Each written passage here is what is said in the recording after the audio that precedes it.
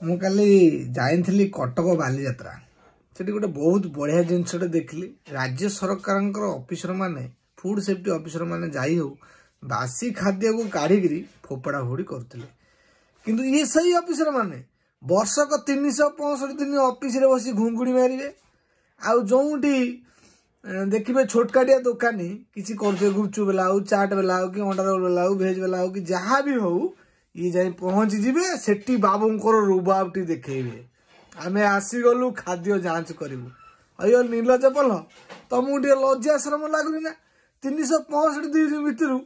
कईटा बड़ बड़ होटेल मानक तुम रेड पकईच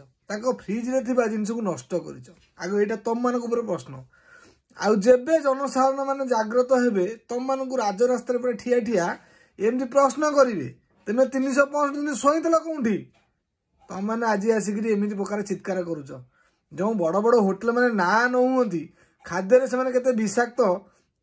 जिनिस मिसाऊँ के विषाक्त मसला पकई खाद्य को टेस्ट करने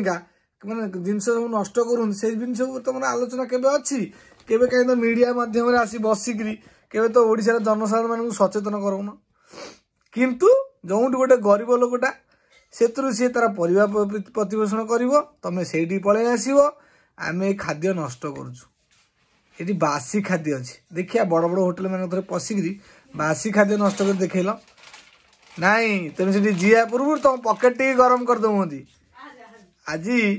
एमती प्रकार लांच ऑफिसर सब हो पदे कहवा पूर्व पकेट 500 गुंजा पड़ुची ये से ठेला दुकानी भाई जड़े जी 500 लांच गुंजी देना खाद्य के फोपड़ा ना जिनस को नष्ट कराई न था सी साधारण गोटे चाट दुकानी हो कि गोटे अंडा रोल दुकानी हो कि साधारण हिसाब से गोटे गुपचुप बिकुता लोकटी हो किंतु सबू जाक नेता मंत्री टंत्री समस्त टार्गेट जनसाधारण खटिखिया मलिमुंडिया लोक मान केबे देखिछ कि बड़ बड़ होटेल ऊपर रेड है होटेल लाइसेंस रद्द कराला नाई सबु बेला छोट छोट होटेल मानक ऊपर टार्गेट करके प्रकार कार्यक्रम करती तेणुकर मो कहबार अर्थ आम ऑफिसर मानू खराब कहूनु कि से ऑफिसर माने जो 365 दिन ऑफिस भितर बसुंती थे बड़ बड़ होटेल मानक रेड करूँ जो बासी खाद्य को नष्ट करूँ एक्शन नहुँ ताहले ग्रास लेवल गोटे वार्ता जीव जाई हो फूड सेफ्टी ऑफिसर माने कार्य करूँ जे गरीब बड़ लोग किसी देखुना ताहले आम जानबू ठीक कार्यक्रम करूँ ना बालीजात्रा पड़िया जाकि लोक मैंने जो हईराण कल आपको देखला पछर रहस्य आपे आपे उन्मोचन हो जाऊँगी भिडियो अवश्य बहुत भाई खराब लगी पारे रही जय जगन्नाथ।